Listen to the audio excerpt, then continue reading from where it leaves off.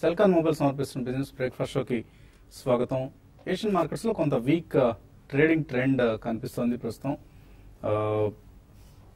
Asian indices లో majority indices నష్టాల్లో trade అవుతున్నాయి. లాస్ట్ నైట్ యుఎస్ మార్కెట్స్ కూడా నష్టాలతో క్లోజ్ కావడం చూసాం. సో గ్రీక్ కన్సర్న్స్ తిరిగి తలెత్తున్నాయి. సో గ్రీస్ లో ఇంకా అక్కడి సంక్షోభానికి తెరపడలేదు. సో జూన్ 30 ఏదైతే డెడ్ లైన్ ఉందో ఆ డెడ్ లైన్ లోపలనే ఒక పరిష్కారం సాధించే దిశగా అటు లెండర్స్ ఇటు గ్రీస్ ప్రభుత్వం కూడా ప్రయత్నాలు చేస్తున్నారు ముమ్మరంగా. కానీ పరిష్కార మార్గాలు కనుచూపు మేరలో కనపడలేదు. ఈ నేపథ్యంలో గ్లోబల్ ఇండిసెస్ లో కొంత నష్టాలు చూస్తున్నాం. హ్యాంగ్సెంగ్ లాంటివి భారీగా నష్టపోతే కోస్పీ లాంటివి ఫ్లాట్ గా ట్రేడ్ అవుతున్నాయి. సో ఎస్టెక్స్ నిఫ్టీ కూడా స్లైట్లీ వీక్ ఓపెనింగ్ ని ఇండికేట్ చేస్తుంది నిన్నటి లాభాలతో కూడిన క్లోజింగ్ తర్వాత. సో కీలకమైన జూలై సిరీస్ వాటి నుంచి ప్రారంభమవుతుంది. జూలై సిరీస్ సంబంధించి చాలా క్యూస్ ఇటు డొమెస్టిక్ అటు గ్లోబల్ క్యూస్ కూడా సిద్ధంగా ఉన్నాయి. ఎర్నింగ్స్ సీజన్ ఈ నెలలో ఉంటుంది.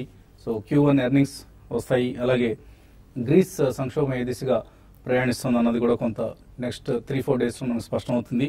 అలాగే మాన్సూన్ ప్రోగ్రెస్ ఇవన్నీ కూడా మార్కెట్స్ డైరెక్షన్ ను నిర్దేశించే అంశాలు.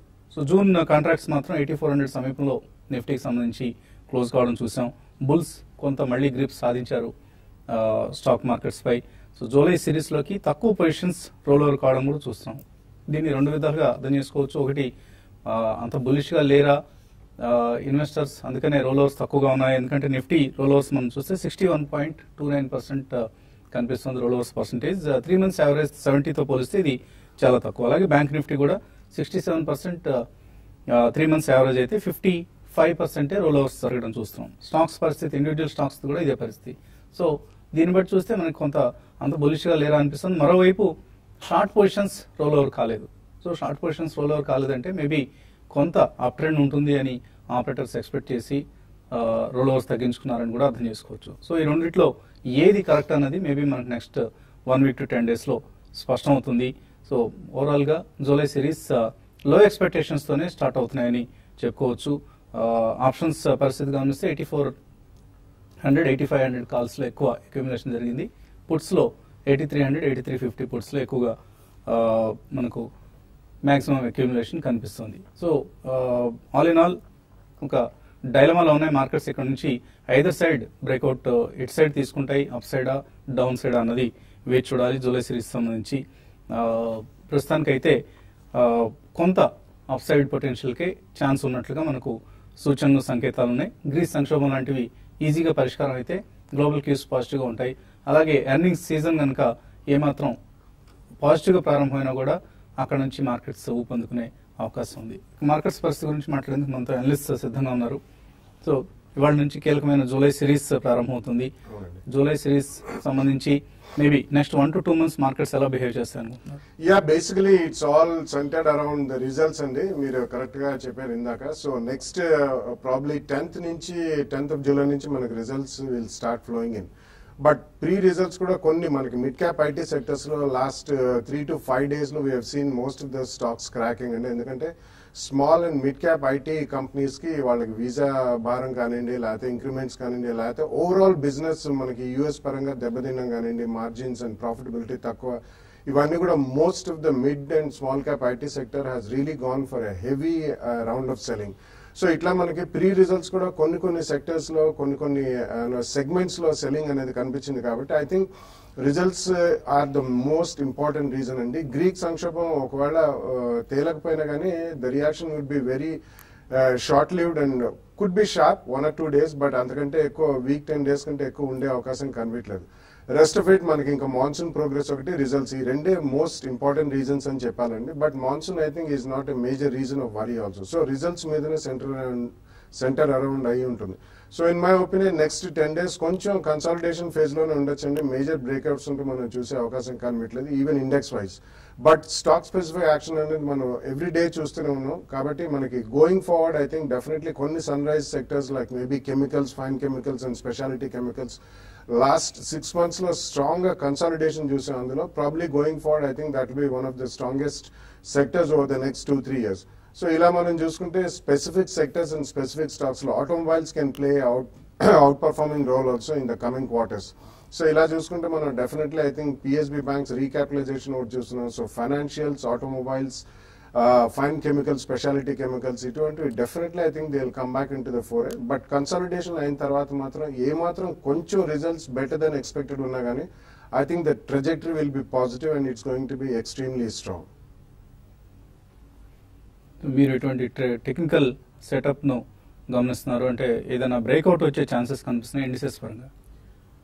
యాక్చువల్లీ మనం జూన్ సిరీస్ చూస్తే కనుక ప్రాబ్లీ మే సిరీస్ ఏదైతే క్లోజ్ అయిందో అక్కడి నుంచి ఒక 80 points, only 80 points up closing చూసాం మనం నిన్న. లాస్ట్ 1 అవర్లో షార్ట్ కవరింగ్ వచ్చినప్పటికీ 8400 బ్రీచ్ కాలేకపోయింది నిఫ్టీ అనేది. సో బేసికలీ మనకి లాస్ట్ మంత్ స్వింగ్ చూస్తే కనుక 500 పాయింట్స్ స్వింగ్ ఉన్నా కూడా డౌన్ సైడ్ నుంచి పెరగటం చూసాం మార్కెట్.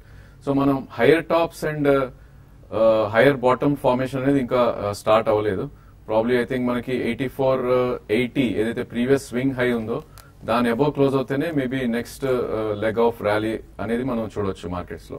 సో 8480 అండ్ 8500 దాని అబోవ్ క్లోజ్ అయ్యేంత వరకు ప్రాబ్లీ నిఫ్టీ మనం కొంచెం సైడ్ వేస్ గా పరిగణిస్తాం. అండ్ ఈ రోజు కనుక market Friday weekly closing basis so 8390 above close అవటం ప్రాబ్లీ కొంచెం ఒక స్ట్రెంత్ అనేది మనకు కనపడుతుంది. సో ఇన్ కేస్ అది 200-day మూవింగ్ యావరేజ్ అయితే ఉందో 8364 అంటే ఇక్కడ నుంచి ఆల్మోస్ట్ ఒక 30 పాయింట్స్ బిలో క్లోజ్ అయిందంటే మటుకు ఒక చిన్న మైనర్ డౌన్ ట్రెండ్ వచ్చే అవకాశం ఉంది. మేబీ 8260 అండ్ 8180 దాకా వచ్చే అవకాశం ఉంది. బట్ ఐ థింక్ మనకి రేంజ్ అనేది డెఫినెట్ గా ఎక్స్పాండ్ అయినట్టు అనిపిస్తుంది జూలై సిరీస్ కి. మనకి మేబీ 8150 అండ్ 8550 ఆర్ 8600 అని చెప్పుకోవచ్చు మనం. సో ఎవ్రీ డిప్స్ కొంచెం కొంటాకే మనకి సంకేతాలు ఉన్నాయి టెక్నికల్ పరంగా. So maybe first price point అనేది మనకి ఇక్కడ నుంచి ఒక 70-80 పాయింట్స్ పడితే కనుక అంటే 3 days లో ఏదైతే ఉందో 8329 దగ్గర ఫస్ట్ ప్రైస్ పాయింట్ పెట్టి కొనాలి. అండ్ సెకండ్ ప్రైస్ పాయింట్ అనేది మనకి 50-day మూవింగ్ యావరేజ్ ఏదైతే 8260 ఉందో ప్రాబ్లీ ఈ 2 ప్రైస్ పాయింట్స్ లో మనం కొని 8250 కింద స్టాప్ లాస్ పెడితే మేబీ జూలై సిరీస్ కి కొంచెం మనకి ప్రాఫిట్స్ వచ్చే అవకాశం ఎక్కువ ఉంది. అదేవిధంగా బ్యాంక్ నిఫ్టీ చూస్తే కనుక మనం ఆల్మోస్ట్ 50-day మూవింగ్ యావరేజ్ అనుకుంటున్నాము 18,511. సో దాని దగ్గర ఒక మైనర్ రెసిస్టెన్స్ అనేది చూస్తున్నాం. సో ఇది క్లియర్ గా 18,550 అబోవ్ క్లోజ్ అవుతే ప్రాబ్లీ 18,800, 18,900 దాకా వెళ్ళే ఛాన్స్ ఉంది. అదేవిధంగా 18,236 అనేది చాలా స్ట్రాంగ్ సపోర్ట్ ఉంది. మేబీ ఇక్కడ నుంచి ఒక 100-150 పాయింట్స్ పడితే కనుక బ్యాంక్ నిఫ్టీ కూడా లాంగ్ వెళ్ళమని చెప్తాను. మేబీ 18,200 కింద స్టాప్ లాస్ పెట్టుకుని. ఐ థింక్ సిఎన్ఎక్స్ ఐటీ ఒకటి కొంచెం నేను ఒక డౌన్ ట్రెండ్ ఇండికేషన్ వచ్చింది మనకి. ప్రాబ్లీ దాని 200-day మూవింగ్ యావరేజ్ ఏందో 11,293 దాని కింద ఒక హాఫ్ అన్ అవర్ ట్రేడ్ అవ్వగానే ప్రాబ్లీ 100 పాయింట్స్ కరెక్షన్ అనేది చూసాం. So Nifty bank Nifty last 1 hour లో పెరుగుతున్నప్పటికీ ఇది 100 పాయింట్స్ కరెక్ట్ అవటం చూసాం. ప్రాబ్లీ ఇది సెల్ ఆన్ ర్యాలీస్ గా మనం చెప్పుకోవచ్చు. మేబీ ఇక్కడ నుంచి 100-150 పాయింట్స్ వస్తే ఐటీ స్టాక్స్ లో front line maybe week stocks ఏవైతే ఉన్నాయో విప్రో లాంటిది లేదంటే హెచ్సిఎల్ టెక్ లాంటిది లేకపోతే టెక్ మహీంద్రా ఈ 3 కూడా సెల్ సైడే వెళ్ళమని చెప్తాను. So we can leverage actually I think pull backs వచ్చినప్పుడు ఐటీలో షార్ట్ వెళ్ళటం అండ్ మేబీ మార్కెట్స్ పడ్డప్పుడు FMCG and oil and gas space చాలా స్ట్రాంగ్ ఉన్నాయి. ఈ 2 సెక్టర్స్ లో మనం లాంగ్ వెళ్ళి probably we can hedge the positions అని చెప్పొచ్చు. చాలా లైన్ ఉన్నారు. శ్రీకాంత్ రెడ్డి హైదరాబాద్ నుంచి. Hello, good morning sir. అలా అడగండి శ్రీకాంత్. సార్ గుజరాత్ గ్యాస్ ఒకటి శ్రీరామ్ ట్రాన్స్పోర్ట్ ఏదో మన మెర్జ్ అయింది అంటున్నారు సార్. అది మనం కొన్నాం 200 shares 900 అదేమన్నా మీకు కాల్ చేశాను సార్. నేను ఉంచుకోమన్నారు. అదేదో మెర్జ్ అవుతుందని నిన్న టీవీలో న్యూస్ వచ్చింది. ఏదండి Shriram transport and Shriram transport Gujarat gas sir. Gujarat gas trade కావట్లేదు 1 month అవుతుంది. ఓకే, సో ఈ 2 మెర్జ్ అవుతున్నాయని ఏమన్నా మీరు? No, they are 2 completely different entities, and Gujarat Gas is basically a Gujarat based and government infrastructure gas company. Shriram Transport is a South India based NBFC. So I don't think there is some confusion there, but definitely అందులో అటువంటి వార్త ఏదైనా ఉన్నా కానీ we don't know in the public domain. But ఆ వార్తల మీద మాత్రం I don't think you should base your investment decision అండి. కాబట్టి మీరు ఇండివిజువల్లీ మీరు తీసుకుంటే శ్రీరామ్ ట్రాన్స్పోర్ట్ రీజనబుల్ కరెక్షన్ అయింది. కాబట్టి I think if you want definitely next 1 or 2 quarters and they are majorly into automobiles and used automobiles. కాబట్టి అది next 1 or 2 years లో మంచి రిటర్న్ ఇచ్చే అవకాశం ఉంది. ఓకే అండి, తర్వాత ఈ కాలర్ లైన్ లో ఉన్నారు. హలో హలో, గుడ్ మార్నింగ్ అండి. గుడ్ మార్నింగ్, అడగండి. నుంచి మాట్లాడుతున్నా. జియోమెట్రిక్ సాఫ్ట్వేర్ వచ్చి 190 rupees లో బై చేశానండి. టెస్ట్రాన్ ఇంజనీరింగ్ వచ్చి 290 లో బై చేశానండి. ఓకే, ఇది హోల్డ్ చేయొచ్చా? టెక్నికల్స్ రాజేంద్ర గారు చెప్తున్నారు. జామెట్రిక్ అనేది మనకి యాక్చువల్లీ లాస్ట్ 2-3 months గా మనం చెప్పడం జరిగిందండి. ఇది బ్రేక్ డౌన్ అనేది మనం చూసాం చార్ట్స్ పరంగా. సో 136 అనేది మేజర్ సపోర్ట్ బ్రీచ్ అవటం చూసాం. సో ప్రాబ్లీ ఇక్కడ మాత్రం మీరు వెయిట్ చేయాలండి. ఐ థింక్ ఇది 52 week లో ఏదైతే ఉందో మేబీ 99 అక్కడ దాకా కూడా రావచ్చు. సో మనం 101 లో రావటం చూసాం. సో డెఫినెట్లీ ఇక్కడైతే హోల్డ్ చేయాలండి. ఐ థింక్ మీరు రిస్క్ తీసుకోదలుచుకుంటే అరౌండ్ 100 రూపీస్ మీరు కొద్దిగా యావరేజ్ చేసి స్ట్రిక్ట్లీ 89 స్టాప్ లాస్ పెట్టుకోండి. అదేవిధంగా పుల్ బ్యాక్ 148 to 152 వస్తే కనుక ఒకసారి ఎగ్జిట్ అయిపోయి probably strong charts maybe Hexaware ఇలాంటి స్టాక్స్ లో మీరు షిఫ్ట్ అవచ్చు. అదే పెట్రాన్ ఇంజనీరింగ్ కూడా ప్రాబ్లీ ఇది ఒక బుల్ ట్రెండ్ లో ఉన్న stock. So last 5 to 6 months గా చూస్తే ఆల్మోస్ట్ 96 నుంచి 314 వెళ్ళి ఒక కన్సాలిడేషన్ జోన్ లో ఉంది. సో డెఫినెట్లీ ఉన్నవైతే డెఫినెట్ గా ఉంచండి. మేబీ 4 month లో ఏదైతే ఉందో 140 అక్కడికి వస్తే మీరు యావరేజ్ చేయొచ్చు. ఈ స్టాక్ కనుక 314 ప్రీవియస్ హై బ్రేక్ అయితే 370 to 390 దాకా వెళ్ళే అవకాశం ఉంది. రెండు కూడా హోల్డ్ చేయండి ప్రజెంట్ పొజిషన్ లో. మరిన్ని కాల్స్ అలాగే మెయిల్స్ తీసుకునే ముందు కాసేపు ప్రకటనలో.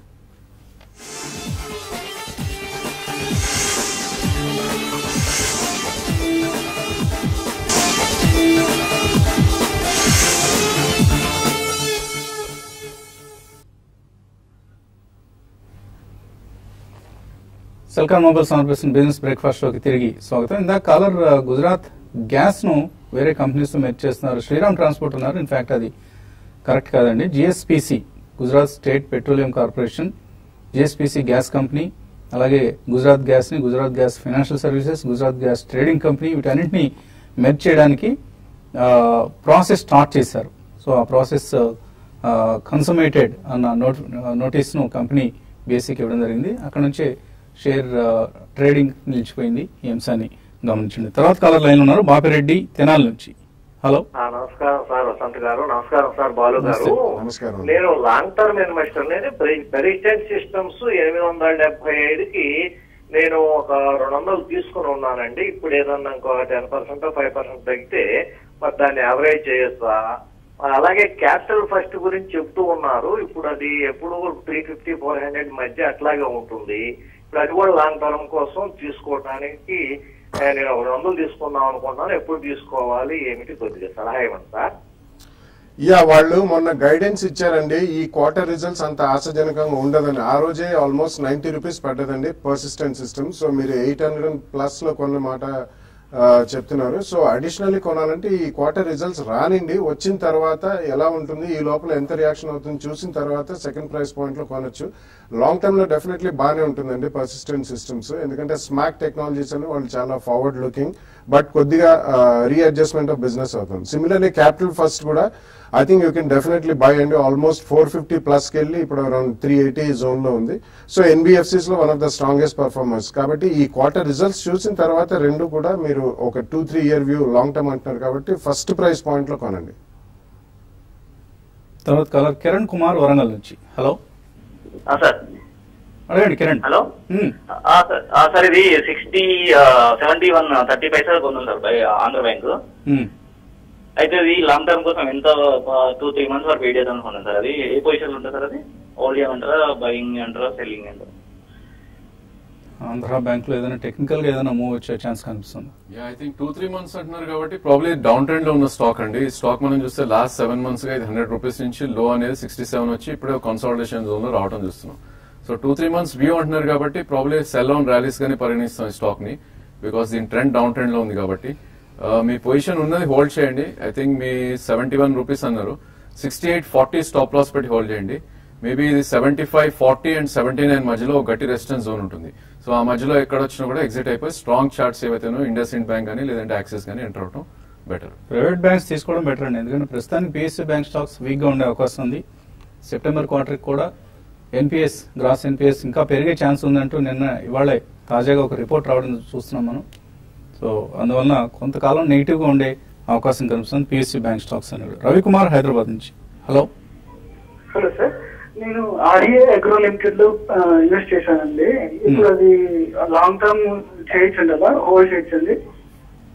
ఇంకొకటి నేను ఎవ్రీ మంత్ 2000 ఇన్వెస్ట్ చేద్దాం అనుకుంటున్నాను. అలా 10 years వరకు, అంటే 10th year వచ్చేసరికి 10,000 per month చేద్దాం అనుకుంటున్నానండి. అంటే ఇయర్ నుంచి స్టార్ట్ చేస్తూ ఇయర్ మొత్తం 2000 per month, అలా 10 years లాంగ్ టర్మ్ చేద్దాం అనుకుంటుంది.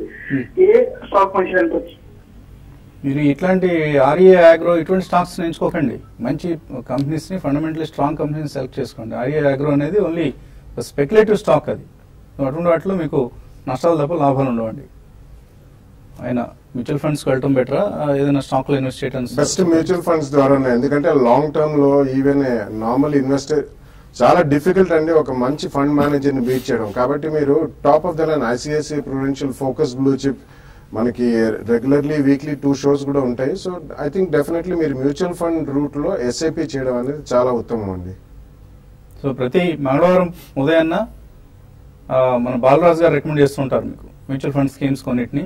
అటువంటి స్కీమ్స్ ని మీరు సెలెక్ట్ చేసుకొని ఎస్ఐపి చేయండి. మంత్లీ మీరు మంచి ఆలోచన చేస్తున్నారు, చక్కగా నెలకు 2,000 రూపాయలు ఇన్వెస్ట్ చేస్తూ ఉంటే నెక్స్ట్ 10 years లో మంచి ఒక బ్యూటిఫుల్ కార్పస్ మీరు ఏర్పాటు చేసుకోవచ్చు. శివశంకర్ రెడ్డి తర్వాత colour. Hello, good morning sir. Good morning అండి, అడగండి సార్. బాగా మాట్లాడండి, అడగండి సార్. మంత్లీ 40,000 సెట్ చేయాలనుకుంటున్నా. 5 stocks స్ట్రాంగ్ స్టాక్స్ రికమెండ్ చేయరా? ఏం చేస్తున్నారు? స్టాక్ నా దగ్గర ఉన్నాయి ఆల్రెడీ. ఏ స్టాక్స్ ఉన్నాయి? ఎస్బీఐ, యాక్సిస్ బ్యాంక్, లూపింగ్, పేజ్ ఇండస్ట్రీస్. బ్యాంక్ ఎంప్లాయ్ అండి. బ్యాంక్ ఎంప్లాయీ, ఓకే అండి. సో నెలకు 40,000 రూపాయలు ఇన్వెస్ట్ చేయగలరు. ఏజ్ అండి, మీ ఏజ్ ఎంత? నా age 35 sir. 35 minimum period. 5 years, okay అండి. మంచి ఆలోచన చేస్తున్నారు మీరు. ఆల్రెడీ మీ దగ్గర మంచి ఫండమెంటలీ గుడ్ కంపెనీస్ తో కూడిన పోర్ట్ఫోలియో కూడా ఉంది. ఎగ్జాక్ట్లీ. సో మీరు అదనంగా మీరు యూ కెన్ లూపిన్ ఉంది కాబట్టి సన్ ఫార్మా మంచి కరెక్షన్ వచ్చిందండి. You can go with Sun Pharma. So automobiles లో you can go with Bharat Forge, you can go with even Bosch. ఈ రెండు కూడా they are the finest auto ancillaries అండి. ఇతరత్ర వేరే ఫీల్డ్స్ లో కూడా ఉన్నారు. సో ఆ రెండు ఆటో ఫీల్డ్ లో you can take exposure. Banks ఉన్నాయి, ఫార్మా, ఆటో ఉంది కాబట్టి ఎన్బిఎఫ్సిస్ లో కూడా యూ కెన్ డెఫినెట్లీ గో అండి. మేబీ క్యాపిటల్ ఫస్ట్, చోళమండలం ఇటువంటి కూడా నెక్స్ట్ 5-10 years లో will get very good returns. So NBFCs లో కూడా పెట్టచ్చు. తర్వాత కాలర్ పాలకొల్లు నుంచి సత్యనారాయణ. హలో, అడగండి. Hello sir. హలో సార్, అడగండి. హలో, నమస్తే సార్. నమస్తే అండి, అడగండి. టైటల్ ఇండస్ట్రీస్ 400లో కొన్నానండి. హలో, టైటల్ ఇండస్ట్రీస్ 400లో కొన్నానండి. Hello, hello. మీరు కన్ఫ్యూజ్ అయిపోయి మమ్మల్ని కన్ఫ్యూజ్ చేస్తున్నారు. ఆ టీవీ వాల్యూమ్ మ్యూట్ లో పెట్టుకోవాలండి. టీవీ ఓవైపు నుంచి పెద్దగా మోగిస్తూ ఉంటే కష్టం మాట్లాడటం. టైటాన్ ఇండస్ట్రీస్ పరిస్థితి. ఐ థింక్ టెక్నికల్లీ చూస్తే కనుక ఇది ఆల్మోస్ట్ మనకి 52-week లో క్రాస్ అవుట్ అని చూసాం. బేసికలీ ఐ థింక్ ఇది ఒక డౌన్ ట్రెండ్ లోనే ఉండే అవకాశం ఉంది ప్రాబ్లీ. ఐ థింక్ దీని 200-day moving average around 387. So ఇది 371 and 390 మధ్యలో గట్టి రెసిస్టెన్స్ వచ్చే అవకాశం ఉంది. సో ఎనీ పుల్ బ్యాక్స్ ఆ లెవెల్కి వస్తే కనుక ఎగ్జిట్ అయిపోయి మేబీ హౌసింగ్ ఫైనాన్స్ ఏవైతే స్ట్రాంగ్ ఉన్నాయో ఎల్ఐసి హౌసింగ్ ఇలాంటివి మీరు ఎంటర్ అవ్వచ్చు. అలాగే ఈమెయిల్స్ అందే మనకు శ్రీలత వీరు అన్న పేరుతో మెయిల్ పంపించారు. లివింగ్ అబ్రాడ్, విదేశాల్లో ఉంటున్నారు, 31 సంవత్సరాల వయసు, 5,000 రూపాయలు ఇన్వెస్ట్ చేద్దాం అనుకుంటున్నారు మ్యూచువల్ ఫండ్స్ నెల. మీ ఈమెయిల్ ని మన బాలరాజ్ గారికి ఫార్వర్డ్ చేస్తామండి. ఆయన మీకు ఈమెయిల్ ద్వారా ఏం చేయాలి, ఎలా చేయాలన్న సలహాను ఇవ్వడం జరుగుతుంది. అనిల్ శర్మ అడుగుతున్నారు, ఎల్ఐసి పాలసీలో నెలకి 42,000 రూపాయలు పే చేస్తున్నారట, ఇంకొక 5,000 రూపాయలు ఇన్వెస్ట్ చేస్తారట, హ్యూజ్ అమౌంట్ కావాలి 10 ఏళ్లలో అని అడుగుతున్నారు. సో ఇది కూడా బాలరాజ్ గారికి మేము ఫార్వర్డ్ చేస్తామండి, ఆయన మీకు రిప్లై ఇస్తారు. జయప్రద మన్యం బెంగళూరు నుంచి అడుగుతున్నారు, 2,000 రూపాయలు డాటర్ కోసం ఇన్వెస్ట్ చేద్దాం అనుకుంటున్నారు. వాళ్ళ అన్ని పర్సనల్ ఫైనాన్స్ సంబంధించిన మెయిల్స్ ఎక్కువగా వస్తున్నాయి.